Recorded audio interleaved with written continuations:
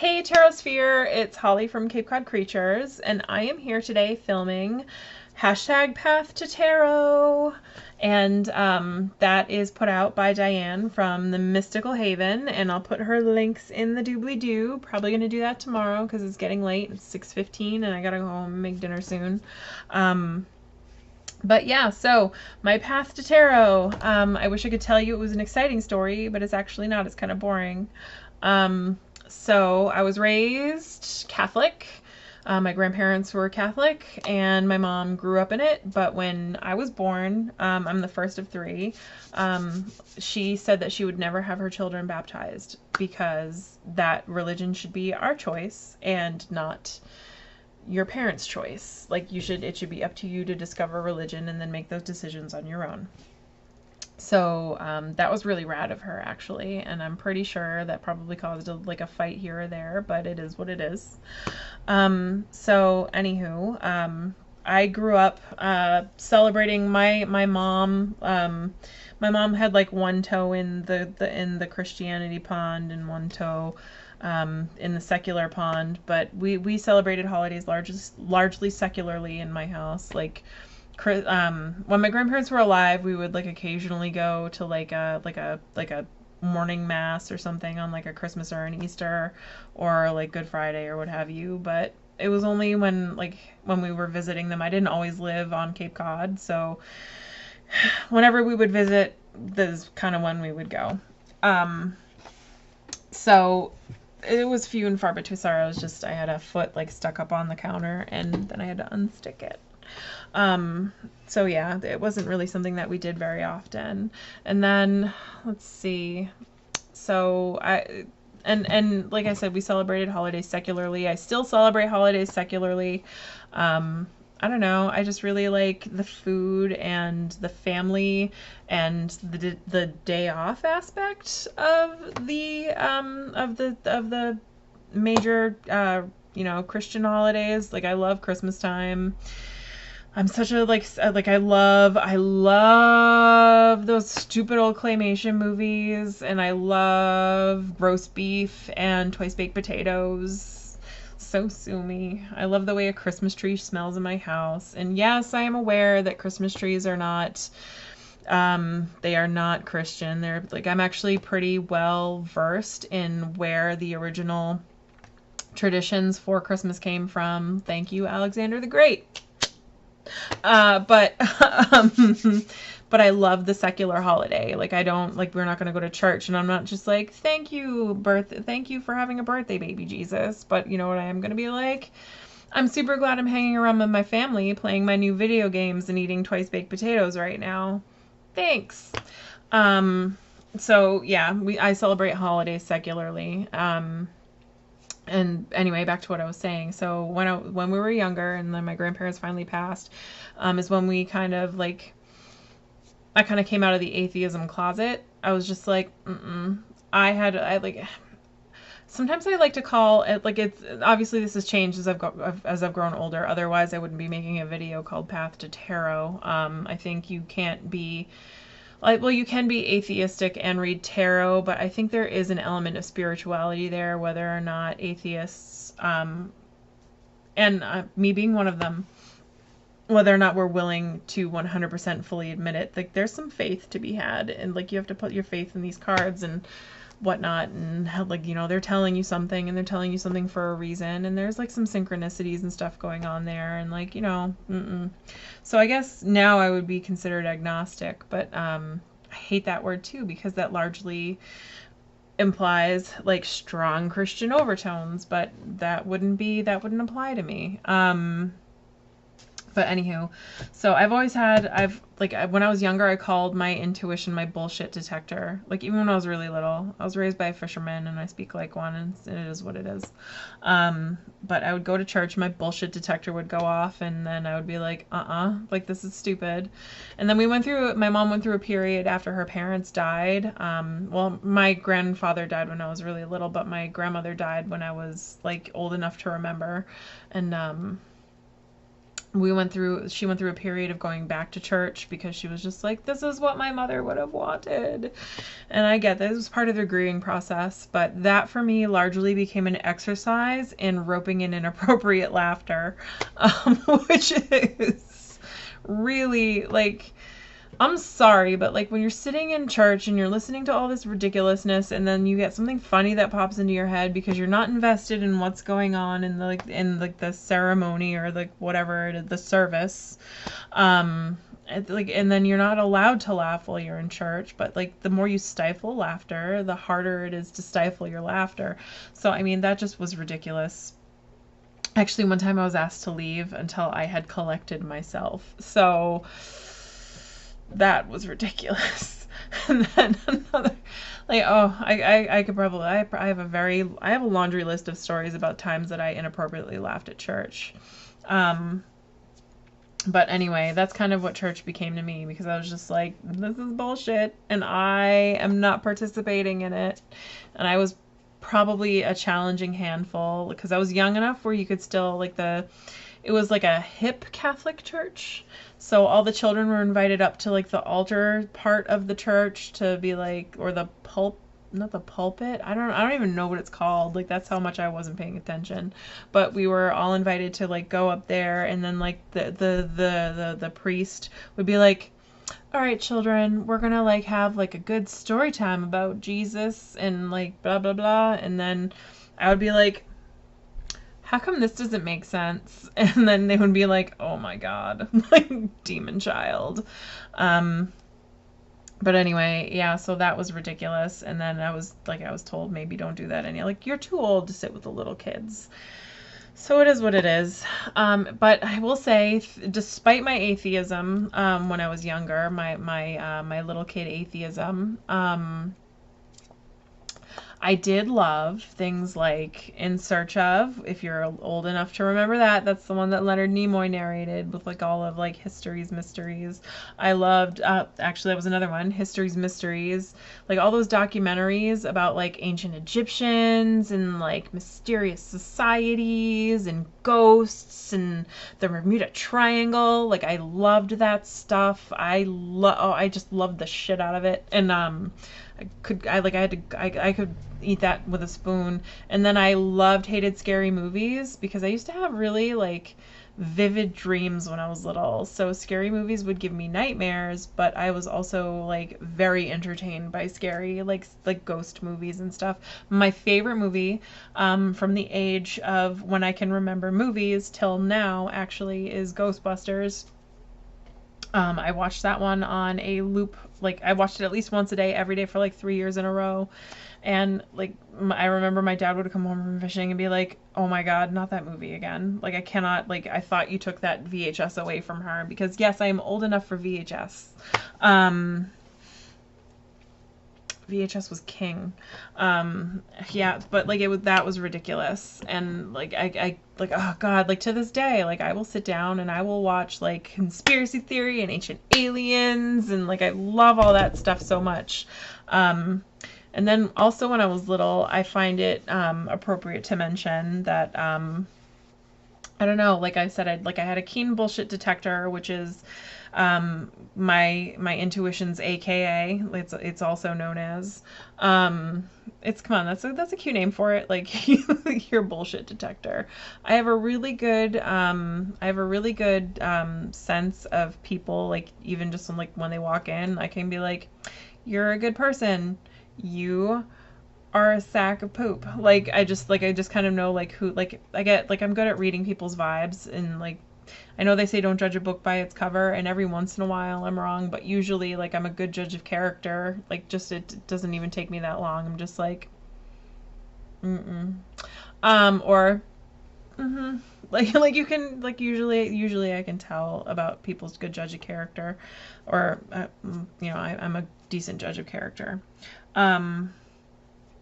But and I also used to, I didn't realize it at the time, but I would meditate all the time when I was younger. It was super easy for me to slip myself into a meditative state like right before bedtime.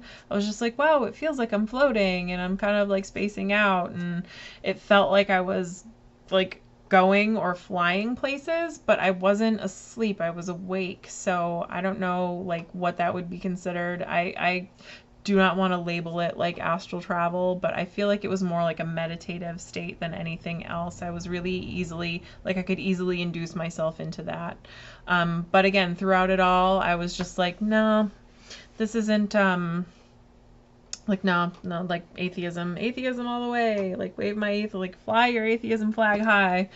And then The Craft happened. I don't know if any of you guys are old enough to remember that cult movie classic. But there was the movie The Craft came out, and that was a movie about teenage witches in high school, and then like they do witchy things, and then some good things happen, and then some bad things happen, and then like one of the witches is a hero and the other one is institutionalized. I should have said spoiler alert, but I didn't. Oh well. You should have seen it by now. Your fault. I mean, it's been decades. Come on. So The Craft came out, and I was just like, I'm a witch now. And I think that was fighting a little bit against my mom. But she was tolerant. She bought me the book To Ride a Silver, or maybe I bought it because I had a job. I got my first job at 14, scooping ice cream. So I think I probably bought it for myself. I don't think that doesn't sound like something that my mom would have bought for me. She's very tolerant. She's bought me a lot of like creepy kid. Like she has indulged the creepy kid in me since I was a kid young enough to be creepy. But that is not one of the things I don't think she would have bought for me. If memory serves, that's something that I bought for myself. But I bought Silver Ravenwolf's book, To Fly a Silver Broomstick, in my early teens. And then I spent a good portion of my teenage years in black lipstick and, in my bedroom with the curtains drawn, burning incense and melting candle wax into the carpet, which my parents weren't really very excited about. But yeah, so I think that was just kind of like a rebellious phase. And if memory serves, and I'm sorry for all of those whom I might offend with this admission, but I don't think I was taking it very seriously.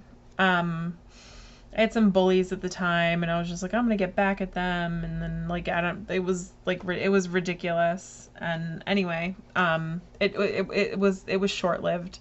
So probably like a year later, after that whole thing started, I was just like, no, this is stupid. I'm not like, it's not for me. So and honestly, my mom raised in a Catholic household, so things like pentagrams and stuff just didn't jive, and she'd be like, why are you burning all that incense? I actually got it from the store Solitudes in the mall, and if you are old enough to remember Solitudes, like serious, like fist bump, because that store was horrible and amazing at the same time. They sold Three Wolf Moon shirts before Three Wolf Moon shirts were ironic. And I had one. I had a Three Wolf Moon shirt before it was ironic. But anyway, so yeah, like that's kind of like it so my whole Wicca phase like petered out before it even began when I was little, mostly because my parents were just like, no, and I was just like, okay, like I didn't care enough about it to pursue it, but I still did things like meditating. But again, I didn't realize that's what I was doing. Like I would just like be sitting before bed and I would stare at the wallpaper on my room until it went 3D, and then I would close my eyes, and the next thing you know, I'd be in a meditative state. And that was the time during which I got my first tarot deck, which I promptly threw in the garbage. Like I just got it as like a birthday gift, or like, which sounds horrible, but like I got it as a birthday gift. It was like one of like the mini decks at Borders. And it didn't stick, and it just wound up like, like you trash your room and it like winds up in the thing, and then you clean your room and then it accidentally winds up in the trash. So that's what happened with that one. And then, straight back into atheism for the longest time, but still with my love of the occult, still with my love of like occult studies and religious studies and finding other religion fascinating but not believing any of them, and kind of like, I don't know, so I'm gonna just say like staunchly atheist, but I something under the surface. Like, the atheism didn't quite sit right, but it was like the cream at the top. But you know, there's something, like, there was something underneath. Like, I was just like, atheism, yeah, but like also maybe ghosts. So that was kind of, yeah. So that was basically up until 6 or 7 months ago, when finally, like, it was just a really bad day at the store. I had a really horrible customer in a string of horrible customers that day, because this is a dog boutique and most of my customers are amazing. But at the end of the day, it is still retail. And anybody, I don't know if you have worked retail, but owning your own small business in retail is really, really hard and challenge. Like, it will break you down, and there's only a 50-50 it's going to build you back up. It's really challenging, and it's really like you put your heart and soul into a place, and then you hear every day about how they can get all the shit on Amazon for cheaper, and you're just like, oh my god. So that's basically my everyday. But I had a particularly challenging customer that day. It was like really bad. Like, it was a screaming fight. Like, it was bad. She bought a collar. I remember she bought a collar.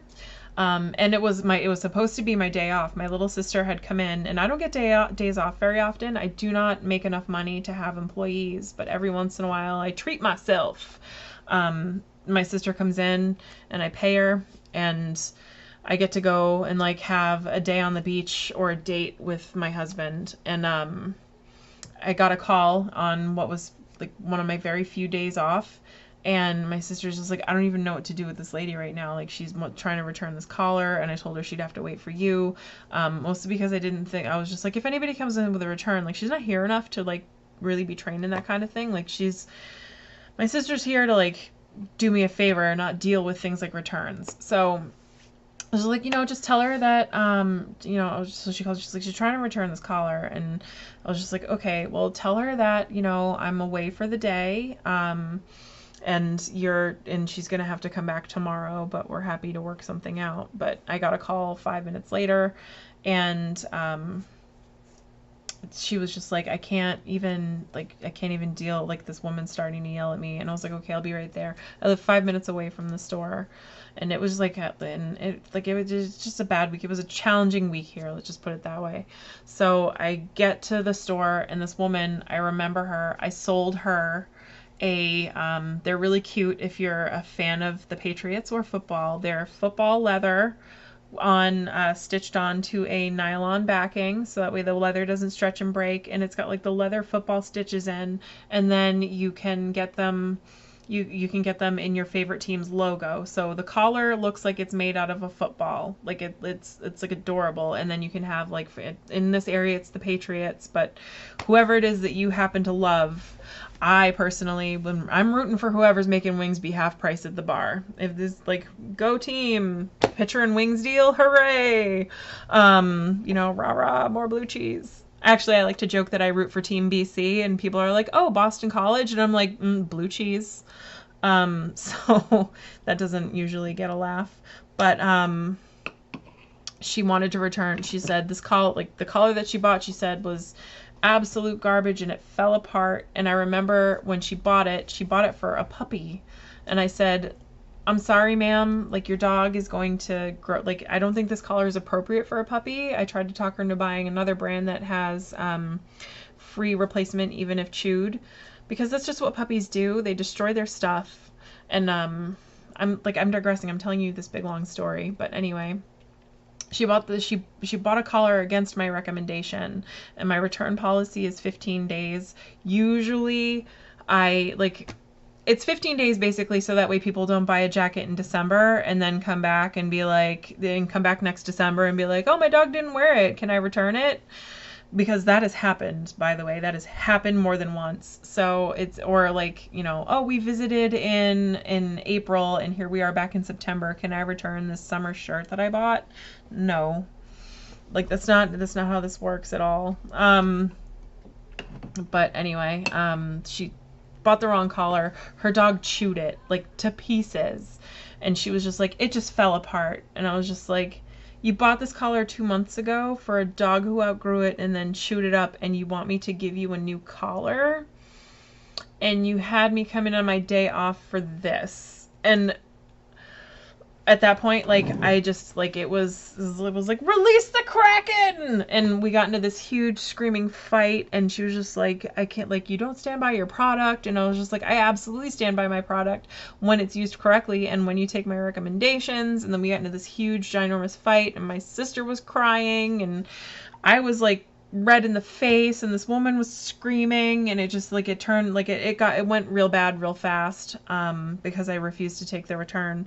And she left finally, and then Kaylin had to go home because, like, she was super upset. And I was just like, okay, well, I mean, I guess, like, I'm here now, so yeah. And I just, like, I couldn't have it, so I was just like, I can't do this anymore. Like, I need answers. I don't know why I'm here. Like, what's going on? Like, I just can't be here anymore, and I need a way out. I need answers about, like, what's going on with the store. I can't get them from myself. I can't get them from my friends or family. I can't get them from anybody. So I cracked open a box of tarot cards that a friend of mine had gifted me, aesthetically. It was the Zombie Tarot, which I had looked at. Like, I appreciated the gift when I received it, but I was just like, I don't use tarot cards, but I kind of love these, because the Zombie Tarot is like it's retro-y, kind of a retro aesthetic, but also with zombies, which I also love. So we have a mutual love for those things. But she is super into the mystical, occulty stuff. Occult. I feel like I've been saying culty, but I think I've been saying occult. So anybody I have offended that way, I apologize. I mean occult. It's late. But anywho, I cracked those open, and then I did myself a Celtic cross spread, and then I went, well, I don't know what any of this means. So I joined Eclectic Tarot, and my life has basically it's been blooming from there. So my spiritual practice, if we're quite honest, is like what, November, December, January, February, March, April. It's like 5 months old. That's my spiritual practice. And in that time, I have rigorously been reading and studying tarot. My tarot collection has gone from the Zombie Tarot to, I think I've got about 30, 40, 50 decks now. I don't know how many decks I have. I've got a lot. I've got more decks than I probably should. And I have been trying to get a little more in tune with my bullshit detector, but not just for bullshit. I would like to utilize that tool a little bit more. I mean, clearly it's effective, but I think it could be used for more than just situations where I'm just like, and also I've been trying to, I've been doing more meditation, which turns out is way more difficult to do when you are in your mid-30s as opposed to in your mid-teens. There's a lot more stuff going on in here now, and honestly, it's like really hard to focus. It's really hard to focus sometimes. And then my tarot reading, obviously I've been practicing that with you guys. I've had some really great readings lately. I had one yesterday. I took a spirit guide meditation class yesterday, which was fantastic. Some of it was a little over my, like, I wasn't ready for it. The meditation techniques were kind of advanced, but now I know what they are, and when I get there, I can utilize them. So, and I had the time to take the class then. So anyway, the girl that was in for me yesterday, because I don't really have too many employees. I've got like my sister, and then I've got 1 or 2 girls that come in every once in a while. When I came back, I was just like, I'm on my positive traction high. Let's read your cards. And she was like, okay. So, the question and the spread and the overall feel for the spread and what I was getting, I was just like, wow, that's really weird. Like, here's your thing, but like I would expect for like this kind of portion of it, like I would expect either the Fool or the Chariot or the Star, but you didn't get that. You got like the Queen of Swords. Like, no, it was the Queen of Cups. It was like you got the Queen of Cups instead. Like, so that's really weird. But like, and like for the advice portion, like I would have expected the Chariot for the advice, and then for the outcome, I would have either expected the Fool or the Fool or the what did I say? The Star. just the way that the reading was panning out and the situation it applied to. So I was just like, that's weird. Can you like pull 3 more cards for clarification? And I'll be damned if it wasn't the Star, the Chariot, and the Fool. And I was just like, what? Totally weird. So like that was a really great reading. We were all kind of like, woo! And then I had a really good reading on live chat a few nights ago. And I found that even like when I first got back into it, or when I first picked tarot up again for the first time, secondly, weird. I don't know. Whatever it is that I'm doing. When I first picked it up like back in like November, December-ish, my readings weren't that great. Like I would have okay readings, but it was either like I would have an okay reading and then like all the rest were duds. But now I have like I have like really great readings. I have like a really great reading once or twice a day, and then the rest are okay. Like they're not amazing, and I'll be the first to admit that, but they resonate at least a little bit. I have a really hard time with some decks. There's some decks I connect more with than others, but that is that I think that is what it is for everybody. So I think, which is kind of why I've been like collecting decks so like hand over fist. I just kind of like I want all the decks, and then I want to see which ones I work best with, which ones are collector's items, and then like the rest I'm eventually going to let go at some point. I'll do some sort of fire sale to try and get some of my money back that way, but yeah, I don't know. So yeah, that's just kind of like that's been my path to tarot. It's just been, it's basically me being kind of boring, and like I had a hot second where I was an angsty teenager, and then I went right back to boring. And 7 months ago, I had a horrible customer who tried to return something that she shouldn't have, and now here I am. So long story short, I guess. Thank you everybody that's kind of hung in for this. I don't know if you have any questions. You can put it in the doobly-doo. Also, I'm sure I've got actually really exciting. I've got an interview with Arwen Lynch coming up. She graciously, she's just so awesome. If you're new to the tarot community, like you need to check out her videos. I'll link below, but I've got an interview with her coming up at the end of May. It's May 24th at 6:30 is the slot that I scheduled for. But I'm sure she'll ask some of these questions. I'm actually really worried that I'm going to be kind of boring for her, because I mean, like my story is kind of boring, and I have no idea how I managed to talk about it for almost 30 minutes. But yeah, so I hope that goes well. But I don't know. I have no idea what to expect for that interview, so I hope I don't disappoint her. And yeah, that's it. Other than that, the only other thing I'll say is I'm going live on Monday night. I think I've decided I'm going to do Mondays and Thursdays, mostly because I want to be able to say see you next Thursday. No, that's terrible. It's a terrible joke. I didn't tell that joke. Maybe I told that joke. I'm gonna be doing live readings on Mondays and Thursdays. Maybe more, but I think those are the 2 nights that I'm going to pick to do them. So that is it. That was my path to tarot. It was really boring, and if you didn't make it this far, I do not blame you, because I don't think I would have made it this far in either. But anyway, thank you for listening to me ramble on Tarot Sphere, and I will see you tomorrow live.